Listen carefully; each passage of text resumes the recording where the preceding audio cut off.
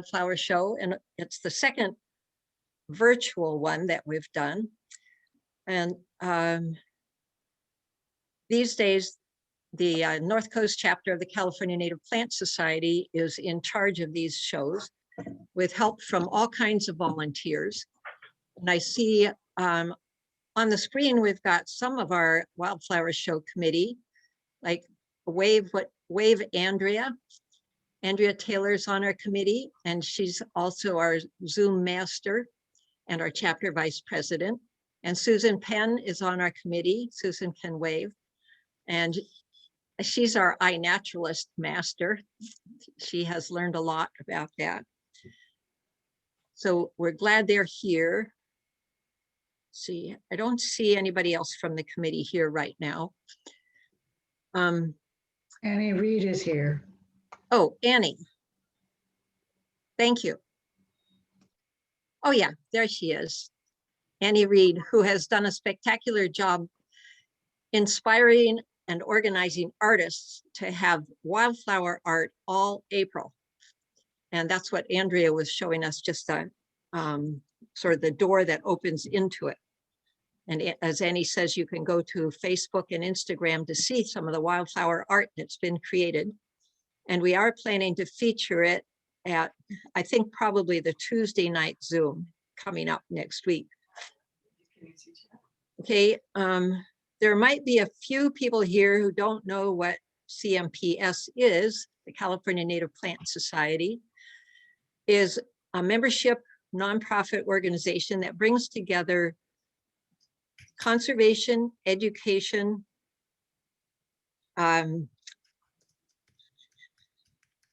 what's the third one? Darn. Science, conservation, education, and horticulture to save native plants. Okay, that covers it all. And we're part of that. So that's what we're doing. We're educating people about native plants and inspiring them to save them, or even to do research on them.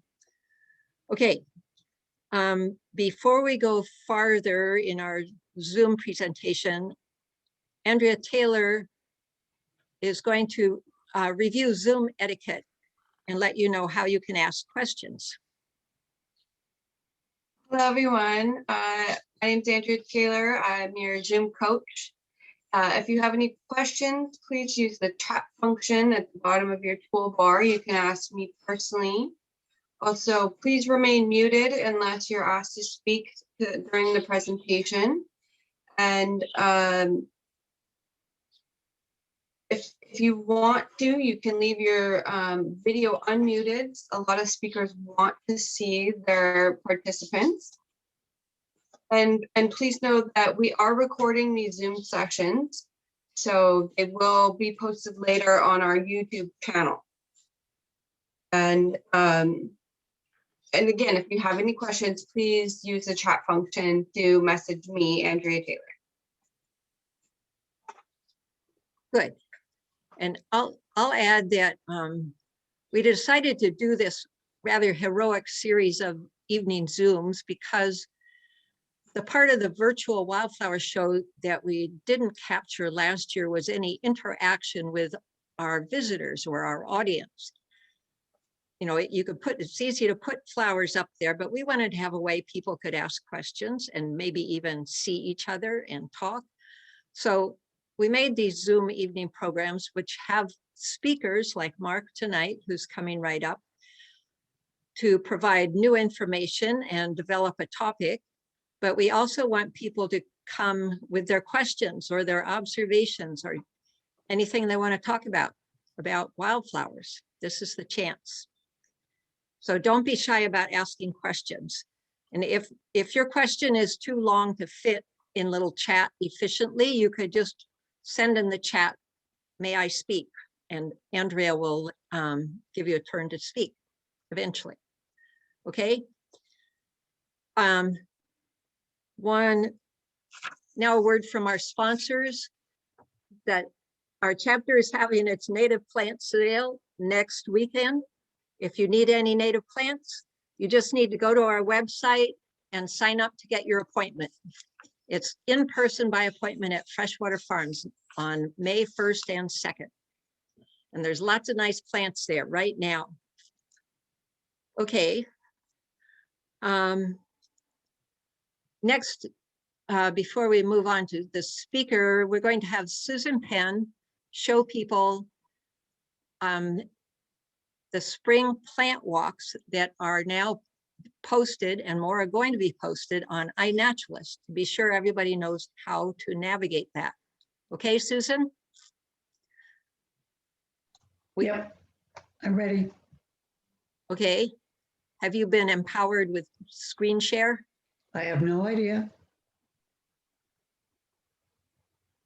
Apparently you I have. made you a co-host just now. Okay. So if I click on screen share and then go to the website, it'll work. You click on screen share, it'll ask you which screen you want to share. So pick the one with the browser or screen, and This one. that'll take. Do you see the CNPS home website? Not yet. No, that's what I'm seeing. Did you okay. click the green screen share button? I did. And it should have given you a box with a choice of things to share. And I clicked that one. Ah, share. How's that? Right. You have to go to the bottom right corner. Got Okay. it. Okay. Okay. So as Carol said, we are having, among other things, virtual spring plant walks. And we've got a bunch of them. I'm really excited about how it's all worked out. We have anything from little, maybe quarter-mile walks to 4.5-mile walks, from all the way up almost at the Oregon border down to the southern Humboldt Redwoods. So if you want to see what we have and what you might find, you can start on our homepage, which also then lets you know what else is happening, and click on the virtual spring plant walks, which will take you to, hopefully, yes, spring plant walks in Northern California. Okay, so for those of you that aren't real familiar with iNaturalist, this is called an umbrella project, which means that it hosts a bunch of smaller, what they call collections. So if you scroll down a little bit, there's a sign that says leaderboard, and there's a bunch of names. Okay, this is now sorted by observations. So this tells you who photographed the most different plants on their walk. If you want to see who saw the most species, you click on the species. And this is not necessarily, obviously, the same as who took the most photos. Then, if you go to observers, it will list them in alphabetical order for you. So if you have some vague idea of where you want to go, this would be your choice. And I need to point out that in small print at the bottom, it says view more, because we have more. Dun, dun. So we've got a bunch of different walks, like I said, different lengths, different places, and they're all, they all have their own wonders. So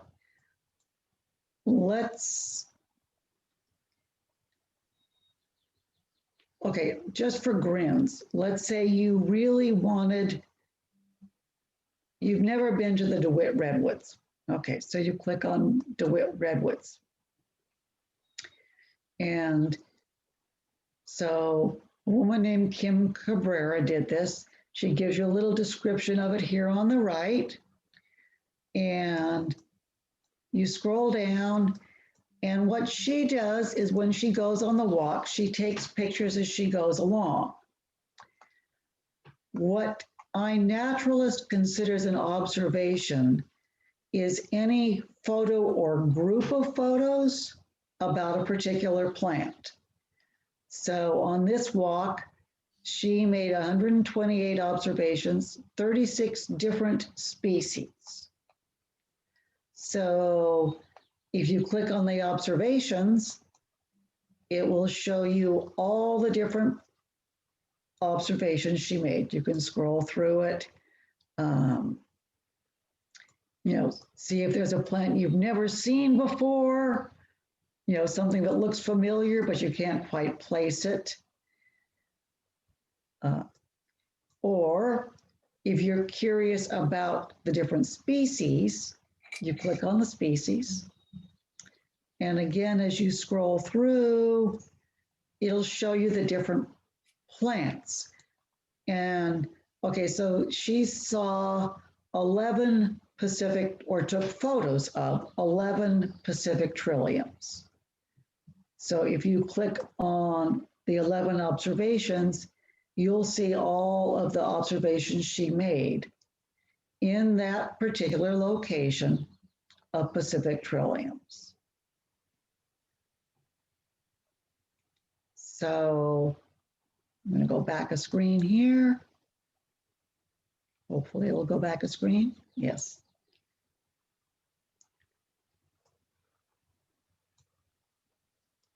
And let's go back one more. Slowly going back, going back. Okay, spring plant walks. And if you are curious about the different locations, you can scroll down further, because some of these may or may not ring. I didn't know where Myrtle Creek Trail was. If you come down here, there's a little map that shows you all the different places that people have taken photos. So that's, kind of how you navigate around. So far, we've had seven different people taking photos. Obviously, some of them have done more than one trail. And so far, they've uncovered 237 species. This is in the last week. So, I think it's pretty impressive. Most of their photos are just wonderful. It gives you a great feel for different areas, in Del Norte and Humboldt that you can go visit. So, and if I've talked too fast or you haven't followed this, on this home page of Spring Plant Walks, the Read More gives you sort of what I've said in written language. So you can click on there and it tells you how to go through it. So I think that kind of gets you to where you need to go. Is that clear enough to folks? Questions? I hear silence. Good. Yeah. That's great, Susan. That was very clear. Okay. Yeah. Perfect. And people can use it like a field guide too. If they went for a walk on a certain trail and they saw some flower they didn't know a name for, they could come to here and look for that flower on that trail and see what name it's got. Good. Yeah. Good idea. Yeah. Okay. So how do I get out of screen share? There should be a little button at the top that says end screen share. Yeah. Okay. Ta-da. Okay. That did it. Okay. Congratulations. Yes. And thank you. You're welcome. Okay. So now everybody knows how to navigate through our wildflower walks. And when we're going to have a sort of the wildflower showroom, and that's going to be the same way on iNaturalist. Okay. Now, people might be wondering why we're starting out the wildflower show with a talk by a geologist. So I'm going to tell you why. We like to have a special feature for each year's wildflower show. And this year we decided we wanted to feature serpentine habitats. places with what we lay people call serpentine soils that have special plants growing on them. And this is an important, it's important habitat and important flora in California, because we have a lot more serpentine than most places. And a lot of our California plant diversity is happening on the serpentine soils. And right here in Humboldt County, we're really lucky to be very close to some of these serpentine places, so we can go see them and enjoy them. And we always do enjoy them because they usually have spectacular scenery, because there aren't too many plants in the way. And the plants that are there are all native. You don't go to the serpentine places and just get this feeling, oh, I have to pull out that English ivy, because there isn't any. Everything there is native. The non-native stuff can't hack it.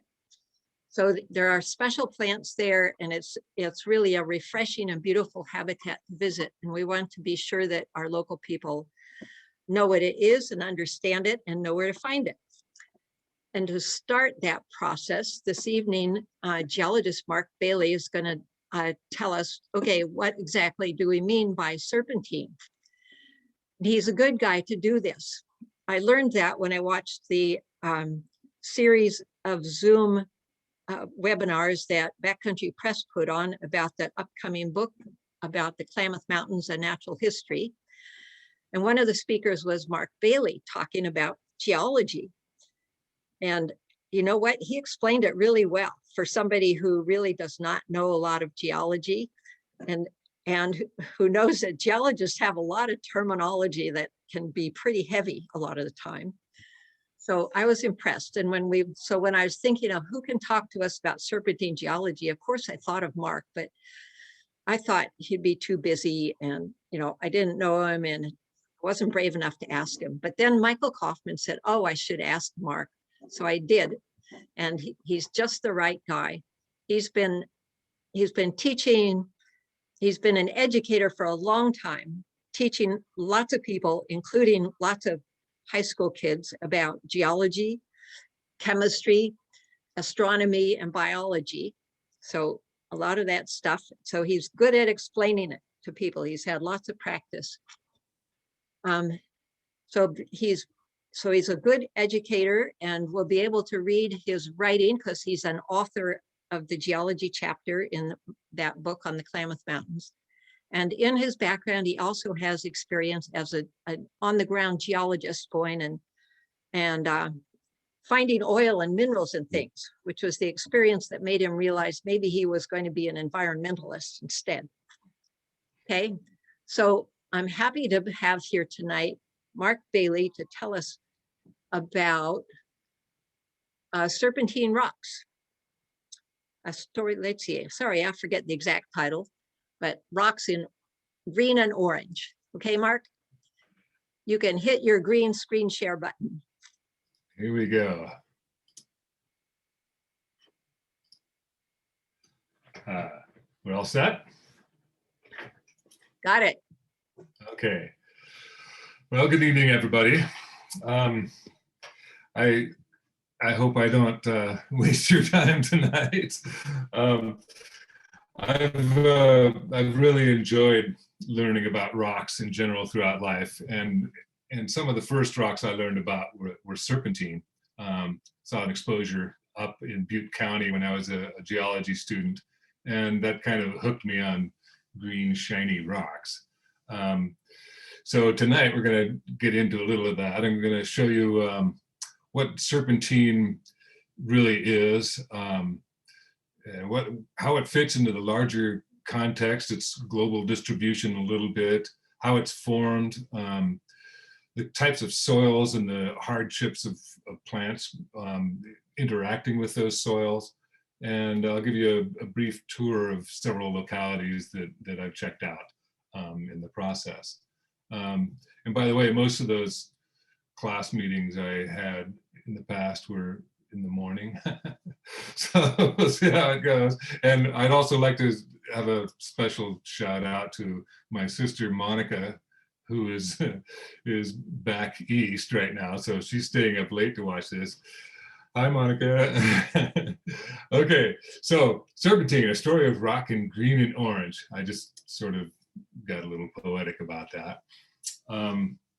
Actually, California state rock is serpentine, and there was some fanatics who tried to cancel that.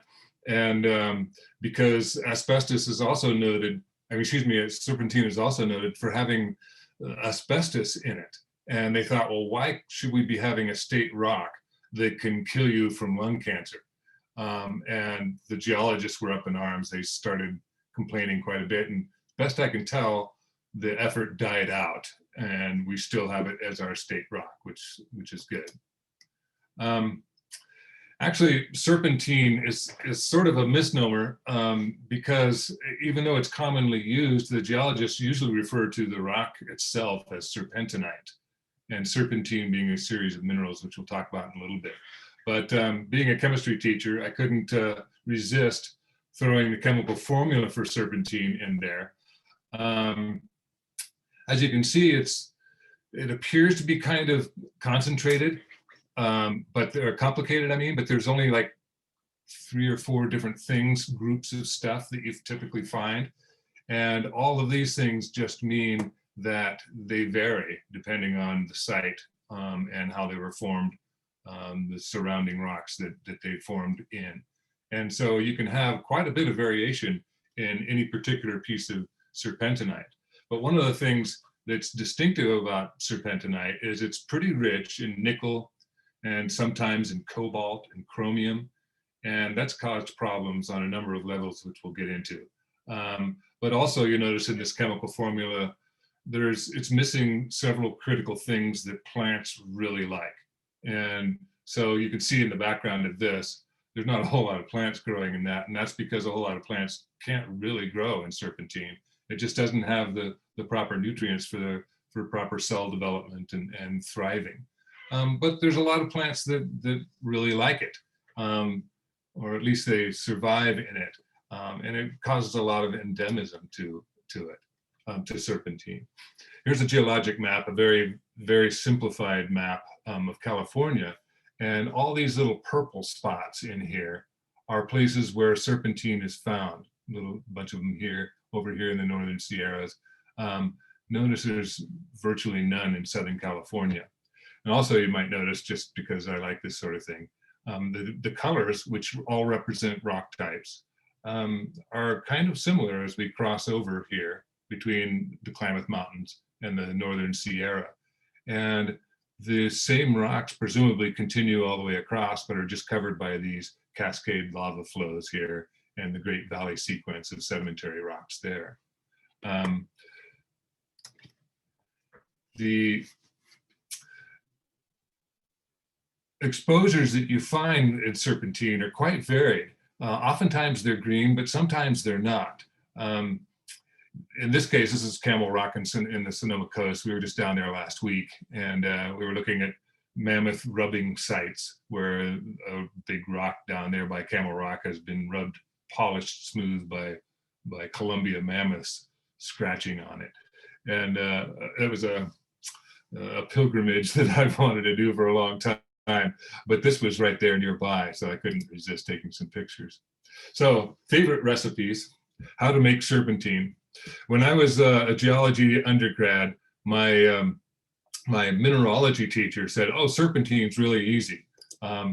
It's got just a few ingredients. So if you take some peridotite, like the piece I have in my hand, and a little water, and throw them in a bucket, put them in a closet, and wait.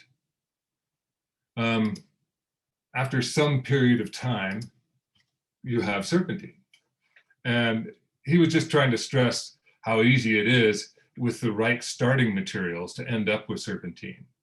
So serpentine, though, is actually not a rock or a mineral, but a group of a bunch of related minerals. And the 3 most common of them, chrysotile is the one that has the asbestos in it, or one of the asbestos ones. You can see this fibrous material. Problem with asbestos, as you're probably aware, is if you breathe in just small particles of this and they lodge in your lungs, they can lead to lung cancer. And that becomes quite an issue if you're cutting roads or mining into chrysotile-rich serpentine deposits, because it's throwing all these particles into the air. And we're these days getting pretty sensitive to particles in the air. So it's something to think about. Another one of the more common ones is antigerite. And if you've ever looked at a bunch of different kinds of serpentine, this one looks kind of familiar. Some serpentine outcrops are really rich in antigerite, and it looks very nice. And then I guess my favorite, just by virtue of its name, is lizardite. Serpentine outcrops seem to be the kinds of places where you find lizards a lot, because they're usually hot and open, because not a whole lot of plants tend to grow on them, and perfect place for lizards. If we look at mineral groups in general, and we find that you can lay out all the mineral groups in very distinct categories based on their general chemistry. And of the silicates, you can see that all of these are silicates here. Of the clay minerals that are silicates, one grouping of those are serpentine. Now, studying up for this, I read that a lot of people call the minerals themselves serpentine, and the rock outcrops themselves serpentonite.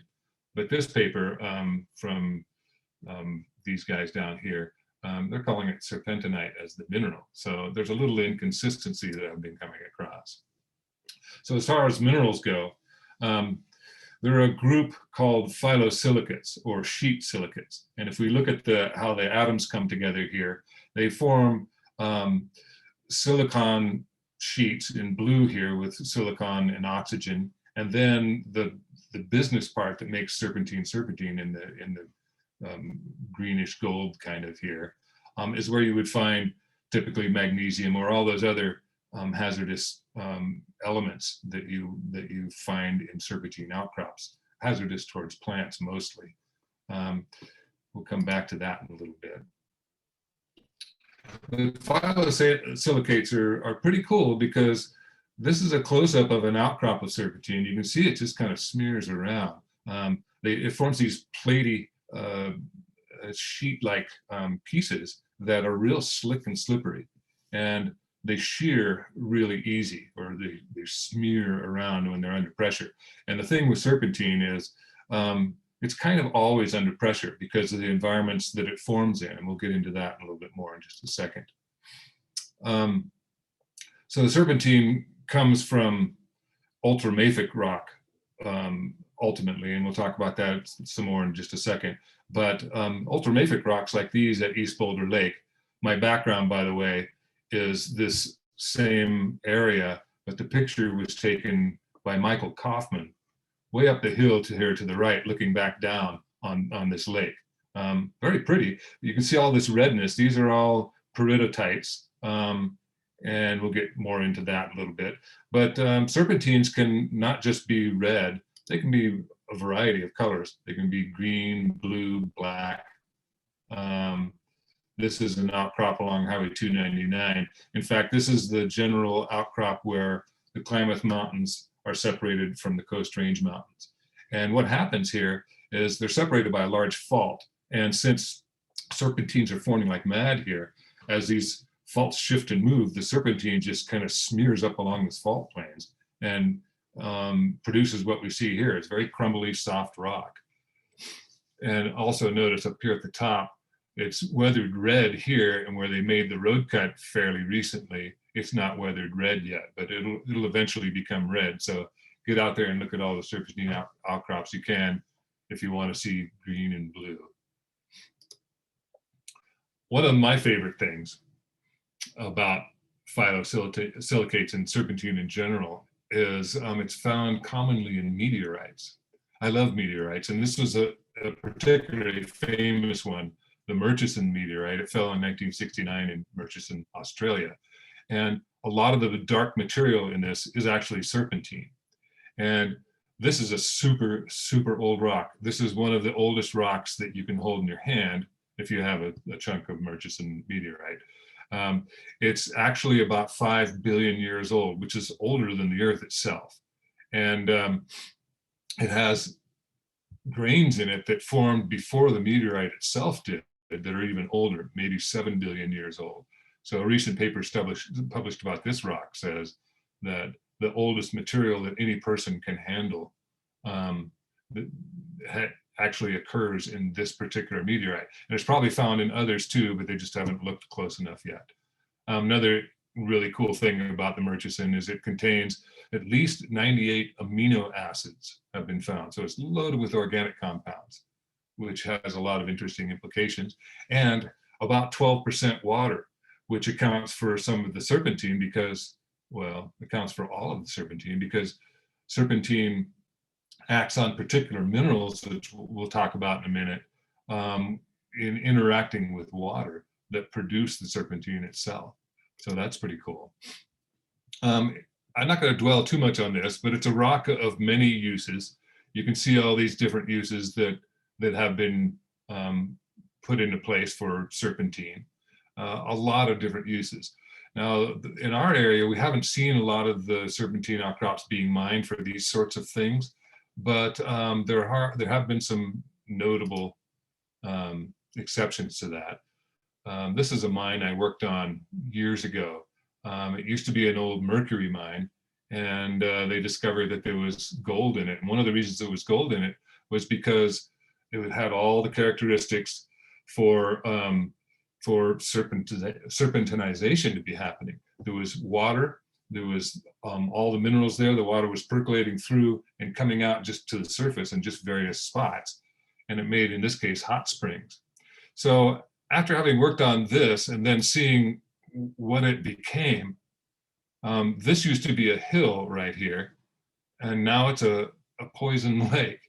And I remember I was sitting on top of this hill somewhere out in this open area when I was working the night shift on a drill rig and heard that John Lennon got shot.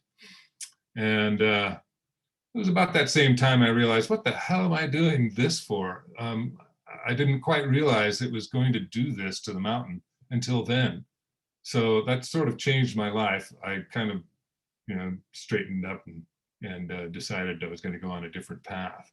But a lot of people are still doing that. Here's another famous mine in Ultramafic Rocks / serpentine, the Nickel Mountain Mine up in southern Oregon. This is the view after reclamation. So after they finished with mining, they fixed it all up nice and pretty, and this is it. I suppose it's better than when it was actively being mined, but I would call that pretty much a wasteland. So they mined nickel, cobalt, chromium here, and there's been a lot of mines throughout the Klamath Mountains that they have mined similar things, but to lesser extent. Back during World War II, when they needed chromium for steel, they opened up a lot of these smaller mines. But there are some more upbeat uses. One of them is, oddly enough, carbon sequestration. So they've done some studies to find that if you take serpentine and mix it with carbon dioxide and water, it makes the carbon dioxide go away. It incorporates it into a mineral, magnesite, that actually can be mined as well, but not too keen on the mining thing, and largely because these places are pretty rare. And like Carol mentioned, they're loaded with endemic plants that are very uncommon in general. So anytime they're out there mining this type of rock, for whatever reason, they're doing some pretty critical damage botanically. Rough and Ready Creek, this is also in southern Oregon. This has been a contentious site for years and years over the mining of nickel. And there's been a bunch of companies that have wanted to and have staked claims to mine this general region for nickel. And since it's a serpentine-rich area with lots of endemic plants, that's pretty much environmental disaster. So they've been fighting, and it looks like the fight may soon be coming to an end. The Protecting America's Wilderness and Public Lands Act, sponsored in part by our Congressman Huffman and up in Oregon, DeFazio, they've wrote legislation that's going to protect a lot of these streams coming out of these serpentine areas. The bill hasn't been introduced in the Senate yet, but it has passed in the House. And it might just continue on through, and the president has apparently showed a willingness to sign the bill when it comes to his desk. So we're waiting to see what happens in the Senate for that. But for the first time in years, people are hopeful that once and for all, these serpentine areas will be protected. And it doesn't just protect serpentine areas, it protects a lot of other places too. But plants growing on serpentine, generally about 45% of them are endemic to the serpentine outcrops. So when you've got serpentine, botanically, you've automatically got something special. So in my humble opinion, all serpentine outcrops should be preserved. A crude map showing where typically you find serpentine worldwide. So it's not all that common in many places. As you can see, if you're anywhere off the West Coast, for instance, in the United States, you're not going to see serpentine. So you think, oh, serpentine, that's really unusual rock. But if you live around where we live, we have some of the largest deposits of, or outcrops of serpentine and ultramafic rocks, which they come from, in the world, especially in North America. And it makes up about 1% in total of all surface exposures are actually serpentine. So why is this? And why are they all in these lines like this? Well, it boils down to, like almost everything else, plate tectonics. So the Earth's crust is loaded with about 15 of these tectonic plates. They're shifting and grinding and moving against each other. And these points of contact are high pressure, water-rich sites. And for reasons we'll get into in just a second, that's the perfect conditions for making serpentine. So that's one of the reasons why you don't find serpentine outcrops over out into these other areas away from these edges, because the conditions aren't right to make it. And remember, from my old mineralogy instructor, all you need is a bucket of rock and water and you're going to make serpentine. In other words, serpentine is easy to make. So all you have to do is have the right cooking locations, and there you go. And when I say cooking, it doesn't really require much heat either. Almost all this happens at less than 500 degrees, which is really chilly when it comes to geology. So ultramafic rock then is what we call the protolith of serpentonite. And the protolith, meaning first rock or original rock that serpentine comes from, it always has to be ultramafic or it doesn't form serpentine. So ultramafic means ultra or high in magnesium and iron, the me and fic. The fic comes from ferrum, the Latin word for iron. So the serpentinizing process generally tends to deplete these rocks of any calcium and potassium that they already have, which automatically sets the stage for difficulty for plants growing on it, because they need those. And it's not that there's none, it's just because plants can't survive without it, but there's very low in it. So most plants cannot survive in these sorts of conditions. So most of this ultramafic rock is coming from a sequence of rocks that we call an ophiolite sequence.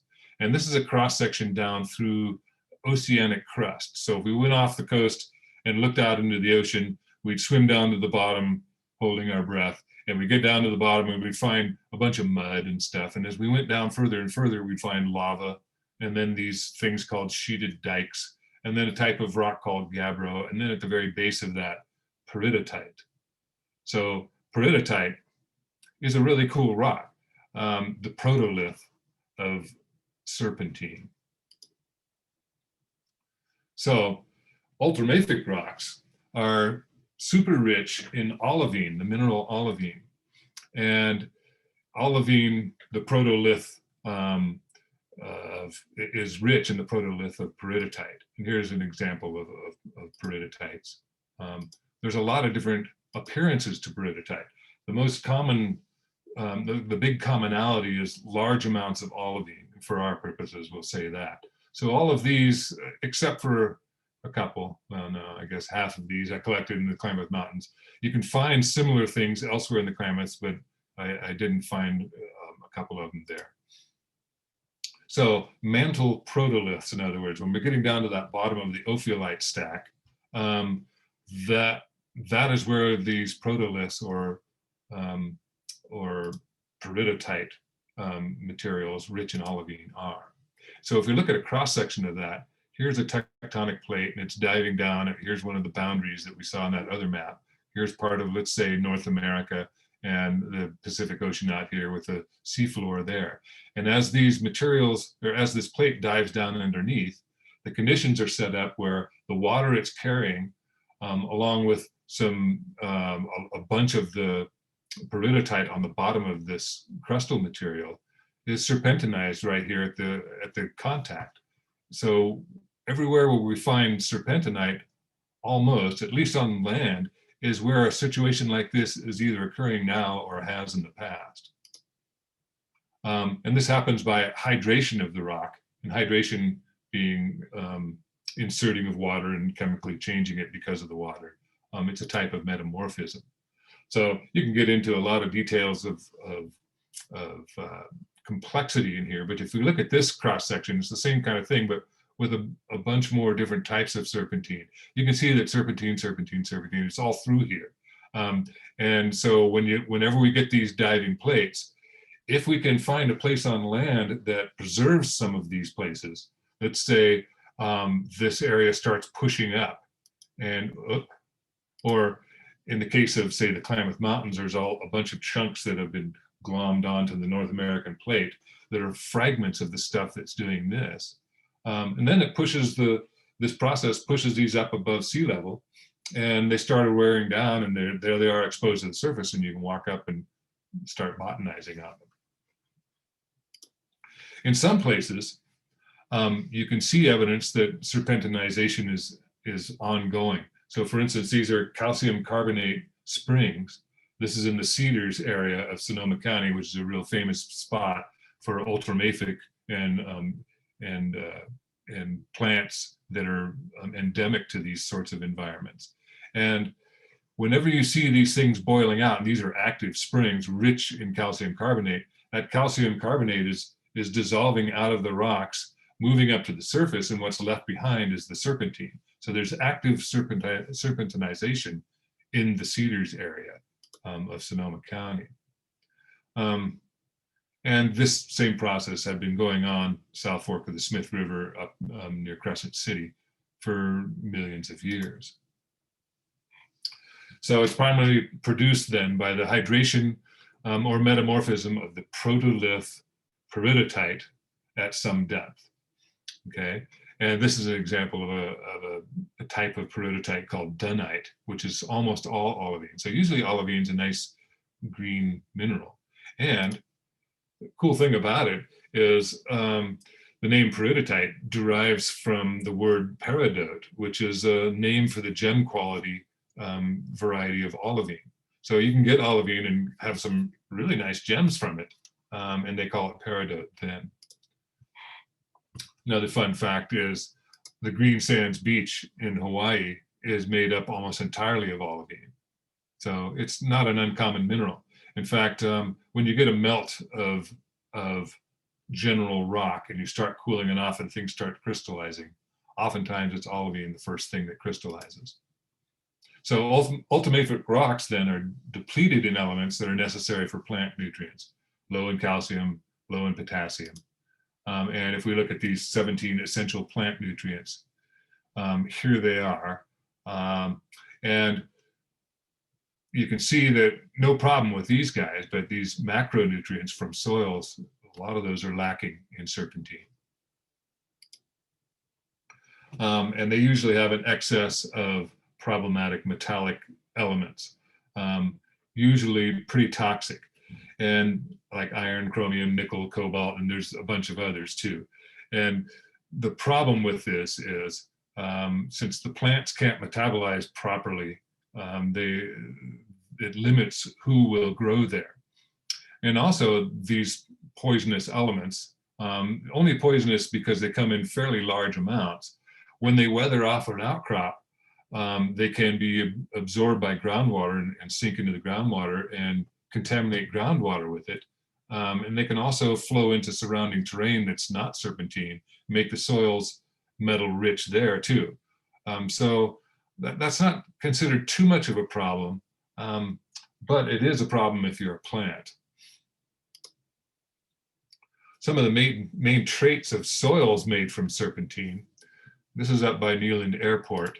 They have, because of these chemical conditions, they have poor plant productivity. So you can see what's growing on here, not much. There are some pretty famous things that grow around here. We'll get to that. They have a high level of endemism, plants that only grow here. And the interesting thing is you can get plants growing on a serpentine outcrop, and 10 feet away where the rock type ends and a different type starts, same plants won't grow there anymore. So it's pretty specific to serpentine, many of these plants. And consequently, very distinct plant communities are found on these outcrops compared to surrounding areas.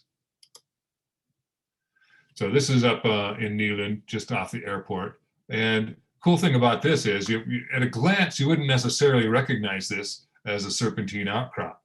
You can see in the background, which is not serpentine, there's lots of grass and stuff, but not a whole lot growing on this area. This is right off the end of the runway there at Neyland Airport. And where they made the road, they exposed some of the boulders, and you can see kind of the typical greenish serpentineness of the rock that was rolled off from the road building. So if we dug down into here, we'd see lots of nice shiny green rock. And a really cool plant, the Neyland pennycress, grows on this outcrop and nowhere else in the world. So you go up to the Neyland Airport and you look at the serpentine outcrops, there's not much there. That's the only place in the world that this plant grows. So it's a very special thing. And unfortunately, they destroyed much of the habitat for this plant when they put in the airport and the helipad at the CAL FIRE station there. And apparently they were oblivious to the fact that there was an extremely rare plant sitting there all along. But they're aware of it now, and they're taking measures to ensure that it keeps going. Serpentine soils are produced from the rock underneath them. And so oftentimes rock that hasn't been serpentinized yet, the ultramafic rock, will also decay. And since if it's serpentinized, can be turned into serpentine, it contains the same general chemical elements. So the soils off both of them produce a similar inhospitable environment. And as a result, they tend to call all of these types on serpentine and ultramafic rocks serpentine soils. But you can see in this one, not much growing there, not much soil development. A lot of soils,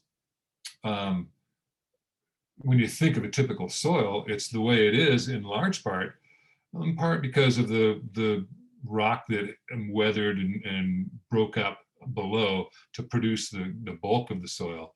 But to be a soil, it has to have organic matter. And the organic matter comes from plant materials. And so the more plants that grow on it, the more humus you get, the richer the soil becomes. That's something you don't get on serpentine soils. So they're very low in nutrients. They're very tough to grow on. Here's a couple nice ones. I'm sure someone else is going to bring this one up in this talk series. Darlingtonia californica. This is kind of it's not exclusive to serpentine, but almost. And part of the reason why it's carnivorous is carnivory in plants is a strategy for survival on serpentine soils, because it can't get the nutrients it needs, so it catches unfortunate insects and digests them for some of the macronutrients it needs. There's another one, the butterwort, Pinguicula macroceras.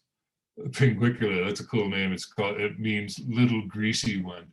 That's these yellow things here. You can see why they would call it butterwort also. We missed the flowering season. It produces a nice purple flower, but you can see all these black dots on there. Those are all insects trapped by the sticky surface, trying desperately to survive in an inhospitable serpentine soil. And another thing you might notice is the general lack of greenness about this. That's a process called chlorosis, which is reduction in chlorophyll, which is typical of plants that are found on serpentine soils. So serpentine soils then are just a hard place to grow. And the longer they've been sitting there, the more they weather. They tend to start changing into reddish things with reddish soil profiles with high iron and magnesium content.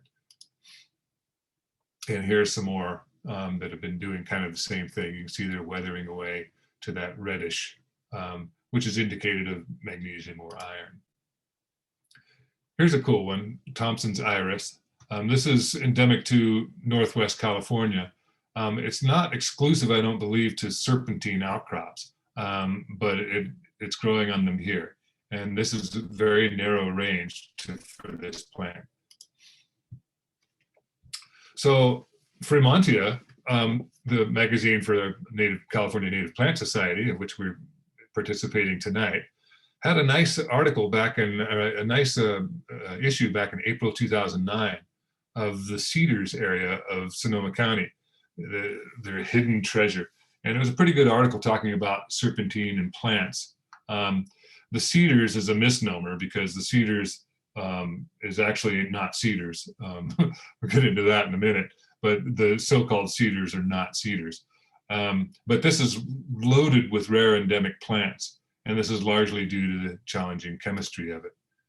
Here's a picture of the cedars also. So my family happens to be lucky enough to have a piece of property, but there's a double-edged sword that's been in the family for years. Here's the cedars from it over in this area. So, and this is all serpentine we're standing on here too. Mixture of serpentine and other ultramafic, not yet serpentinized rocks. And it's a pretty harsh place to live. But there are some really cool plants growing on it. Like for instance, Sargent Cypress, which only grows on ultramafic and serpentine soils, to my knowledge. And so that's these bigger trees here. They're really cool. And every time, this is on Morrison Ridge, which is up above all this area down in here is Austin Creek State Recreation Area. And every time we'd go there, we'd look at all this and realize, these are fire adapted plants. When's the fire gonna come? Well, it came last year and pretty much burned the place up. And the cool thing about Sargent Cypress, and one of the things I've learned when I was reading up for this, is that Sargent Cypress trees generally tend to be all the same cohort. They all tend to be of the same age. And that's because they all get burned off on a fairly regular basis. And they have these ceratinous cones that pop open and release the seeds only after they've been scorched by fire. So looking catastrophic, it actually is part of the life process for the Sargent Cypress. And here's that same ridge, Morrison Ridge. This is Thompson Creek watershed. Most of these plants sticking up are Sargent Cypress. And this is Montgomery Woods State Park in the background. Well, last year, our luck ran out and the lightning complex fire burned through in August last year and pretty much cooked everything. These were all Sargent Cypress, all burned off. These are Sargent Cypress too that looks like they may have survived. So not everything died, but it's not a catastrophe per se, except it did burn our cabin down, but we knew that was going to happen. Every time you go there and look at this type of terrain, you know that there's just begging to happen. So you can see things popping up already. Silk root coming back through the burned soil. What is this, bay? And I can't see that in that size of the picture. But things are rapidly returning. This was less than a year ago that this burned, and things are coming back already, including this. This is right near where I took the other picture. These are Western Heart's Ease violets growing right back up. This place was cooked. As you can see in the background, everything burned. But there they are popping up again. And I'm not sure about the ID on this one. I did my best. It looks like this is Morrison's jewel flower, which is a very rare thing, endemic to ultramafic rocks and only in a very small area near this spot. And another really cool one, the Cedars fairy lantern. They call it the Cedars fairy lantern because it was first identified at the Cedars botanical area, a relative stone throw away.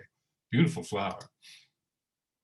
And you can find these all over the place. Aspediotis, lace fern, they're found all over on serpentine outcrops, but elsewhere too. So they're not endemic necessarily to serpentine. Another thing about serpentines is they produce what are called Serpentine Barons many times. Not always, because some of the pictures you've seen already, it was serpentine. There was a lot of stuff, primarily manzanita, growing on them. But this is a prime example up in the Upper Bluff Creek area of the Siskiyou Mountains. And you can see that no one came through and bulldozed any of this. They did that, of course, where the road is. But all this is just open, bare, treacherous plant terrain. You can see also that there's some Jeffrey pines growing.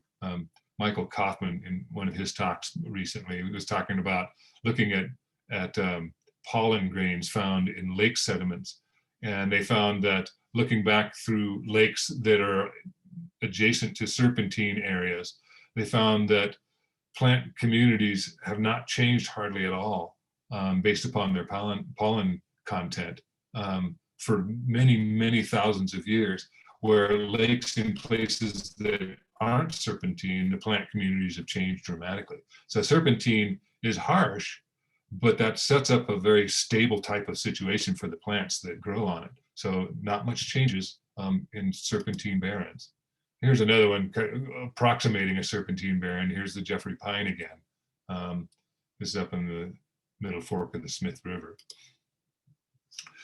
Here's a cool one that I've always enjoyed. I've come across this for years, and finally it occurred to me to look up what it actually is. And I believe this is sickle leaf onion, which is an endemic to serpentine soils largely. And so there was a lot of these spread out through this little serpentine baron here.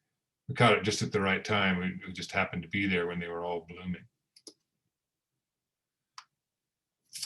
Okay, well, that's what I've got, and we'll end it with this North Fork Trinity River ultramafic scene with some beautiful arrowleaf balsam root. And I might as well give a shameless plug for my upcoming Osher Lifelong Learning class. I'm going to offer a class this summer, a Martian update on what's happening on Mars. And then in the fall, I think I'm going to offer a series of classes based on 3 different rocks. And all the science and interesting things surrounding these 3 particular rocks. A story that's really, really cool. So that's what I've got. Thank you for putting up with that. Well, I'm clapping, Mark. That you put a lot of work into that, and that was wonderful. I mean, very well explained, and you had great plant pictures too, and you've identified all your plants. Very impressive. Well, it's fun to do. That's why we're all here, right? You know, it's fun to do that sort of stuff. Yeah. So I wasn't paying attention to the chats. Did questions come in? And Andrea's in charge of questions. Yeah, so Melinda asked, which mine were you speaking about where you worked when John Lennon was shot? Uh-oh. You were cutting out a lot. I didn't hear the question clearly. Of course, Melinda's sitting in the other room. I could ask her, but go ahead. Everyone else needs to know. Which mine did you work at when John Lennon was shot? Oh, yeah. I worked Just the other day. I worked at, where is it? It came from Melinda Thomas. Oh, Melinda Thomas. I worked at this mine, the McLaughlin mine. It used to be called the Manhattan mine back when they were doing this. It was pretty interesting because they used to mine mercury, but they started mining it in the Civil War days, and mercury is a really hazardous thing to mine. And the deposit kind of ran out, but the guy who bought the property was processing submarine batteries, extracting the mercury out of them. And he didn't realize at the time that some geologist from Nevada shows up and says, "Hey, I've been looking at this new idea, and it appears as though you're sitting on top of $1 billion in gold." He said, "Oh, really?" And yeah, so it actually was. So he ended up selling the property, and they ended up extracting $5 billion worth of gold. But at this price, it was a cost.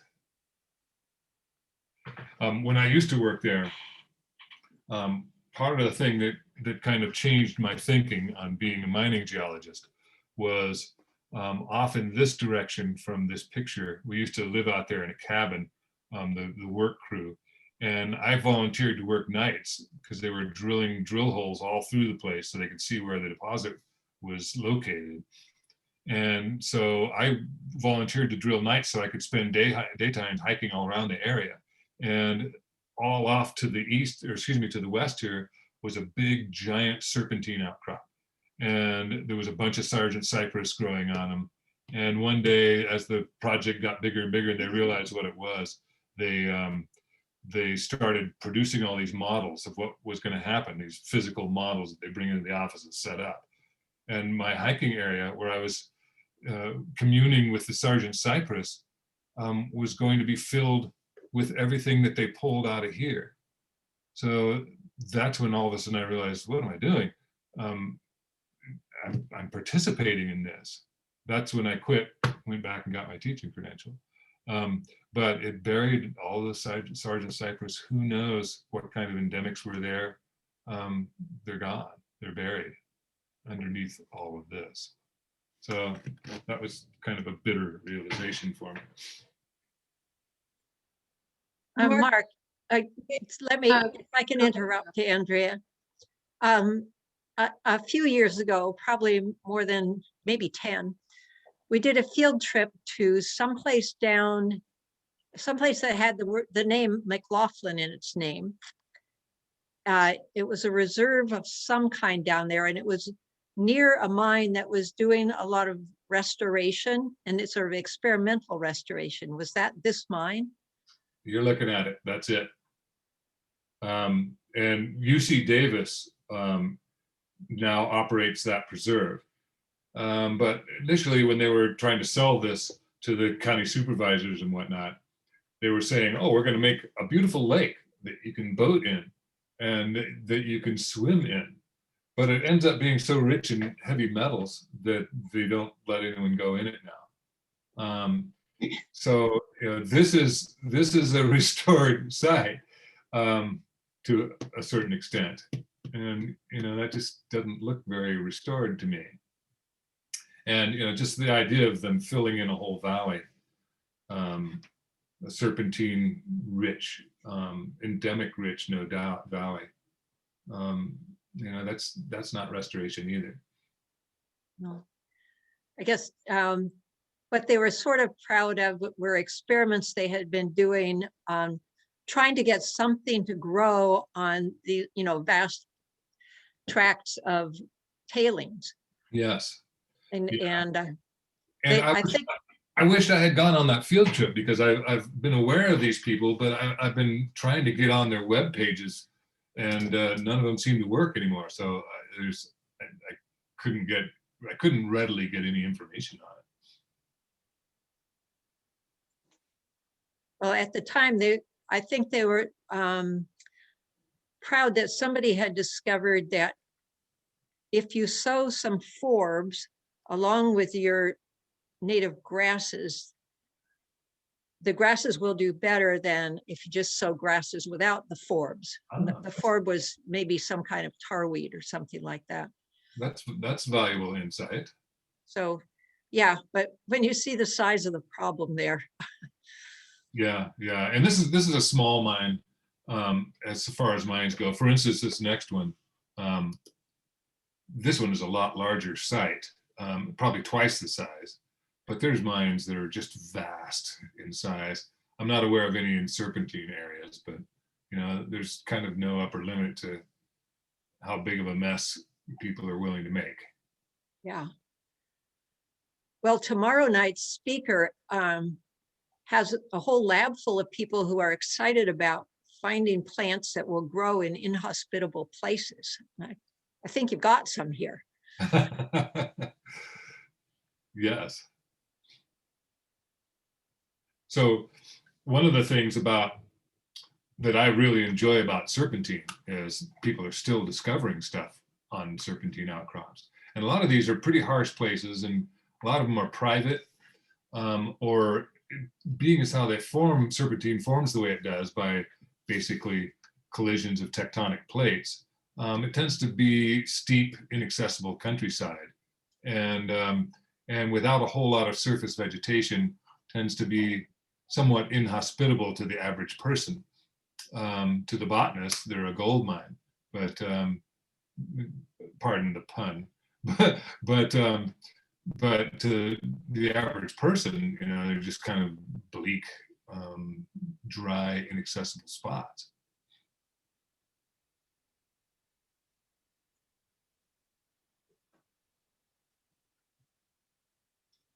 Mark, I wanted to ask you about the Sargent cypress.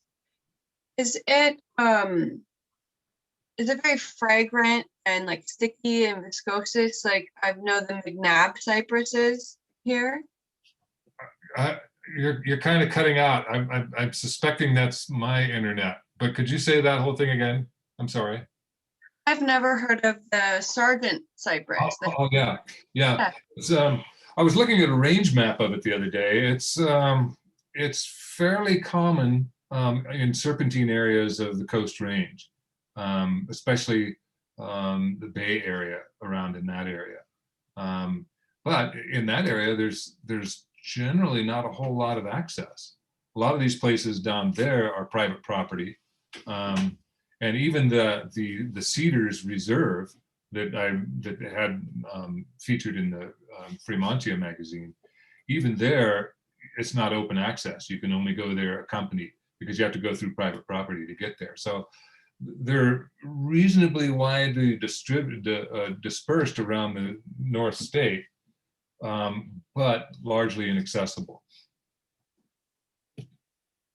They're a beautiful tree. I mean, the bark is very fibrous and shaggy, and they're an oasis in an otherwise non-tall vegetation environment. The place where we used to go on our property, sit in the shade and watch out across the view. Of course, we won't be sitting in the shade anymore there, but you know, it's a respite from an otherwise hostile environment.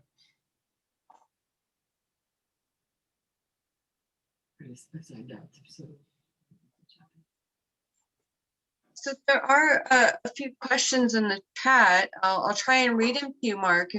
Okay. Change your picture because it's getting recorded. So Carol was asking, where was the photo of the 299 west of Willow Creek? Was it the dividing line in between? Oh yeah, that is, I don't know, it's like 3 or 4 miles west of Willow Creek. That's this one right here. Yeah, and there's a big turnout on the north side of the road where I took this picture from, but it's on the downhill run down into Willow Creek, and so it's on the right side of the road if you're coming from the coast, and the big turnout is on the left side of the road. It's pretty distinctive.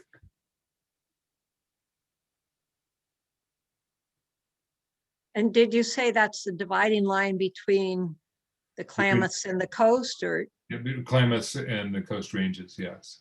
Okay. So you can walk here in a matter of seconds from the Klamath Mountains to the Coast Range, which is kind of nice. So the Serpentine is the Klamath Mountain part. Well, it's kind of vague. It's a transitional zone, put it that way. Okay. And there's tons of serpentine squeezing up on most of the faults throughout the Klamath Mountains. I'm most familiar with them because I've been doing a lot of research on those in recent years. But pretty much everywhere in the Coast Ranges, there's ophiolites, like I mentioned, where serpentine derives from. located throughout the Coast Range Mountains. There's the famous Coast Range ophiolite that extends for many miles north-south. And all that is squeezing out along fault boundaries too, as far as I'm aware. When you get these mountains forming and you get these tectonic plates coming together and smashing stuff, a lot of faults are formed. It just fractures the crust up really bad, and things move around a lot. And serpentinization and the exposures of serpentine are kind of wearing that on their sleeve. I don't know how geologists figure all this out. I don't either. I do know that from my intense studies of the Klamath Mountains, it took a century or more, and with hundreds or even thousands of researchers scouring, crawling all over the landscape, collecting samples, looking at them under the microscope, publishing paper after paper, thousands and thousands of paper, and then people consuming these papers, condensing them into new ideas, standing on the shoulders of everyone who came before. No one person could ever figure this out. This happened on the shoulders of thousands, which is a great thing about science in general. Botany too, the same thing applies.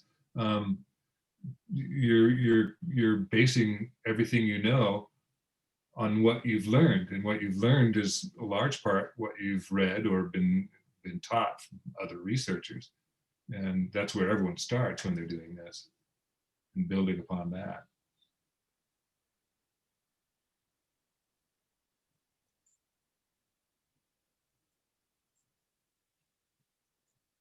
I have one last question in the chat for you. Susan and Leonard asked, it's the top of the Steens Mountain, Oregon, Serpentine. Are you familiar with that area? I believe it's not. I believe it's all volcanic. I've been up there a couple times, and I believe it's all volcanic. I might be mistaken there, but I wasn't struck by serpentinization kind of feelings when I was there. Also, it's pretty far away from the zones where serpentine is typically found, closer to the coast, Klamath Mountains region, Coast Range. It's pretty far afield from there, and it's in a pretty distinctly volcanic region. So if I'm remembering correctly, I'm going to say it's almost all volcanic. It's a great place to go if you ever want to see something that's strikingly scenic and high altitude. You can look out across the Great Basin off to the east. Beautiful place, and there's some nice campgrounds there too. I see one more question, Andrea. Okay. Karanisa's question about where does all the water come from? I think that's looking at the picture of the mine that has this big yeah. lake. Where did it come from? That's groundwater. Seeps in. Most mines, kind of the bane of most miners is when you're digging a hole in the ground, the hole tends to fill up with water. So you have to pump the water out. And a lot of these older mines where they dig tunnels deep down into the mountains, once they stop the pumps, the mine fills up with water. So one of the bigger things, if you give up on the mine because it's no longer economical, the high grade ore is all gone and there's only low grade ore left. Economics change over time, and what at one point was low grade ore might today be considered high grade ore at today's costs. So one of the biggest hassles to deal with is you go back to these old mines and they're all filled with water. So they have to pump it out. But I'll give a plug for this because this is ultimately where all the water comes from. If you go back far enough, water is a really, really common molecule in the solar system. And we see that, this meteorite is 12% water by weight. And that's some of the earliest stuff. So this is what all the planets were made out of. All these water-rich chunks fall in. And that's what brought the water to the earth in the first place.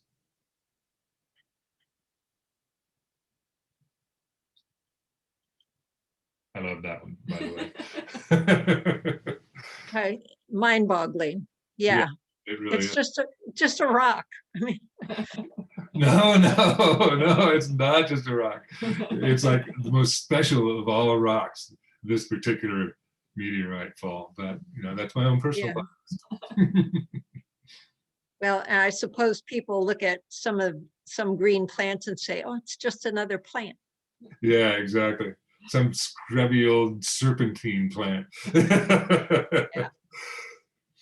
Or I guess they could look at something like those pines, the ancient pines, the bristlecones.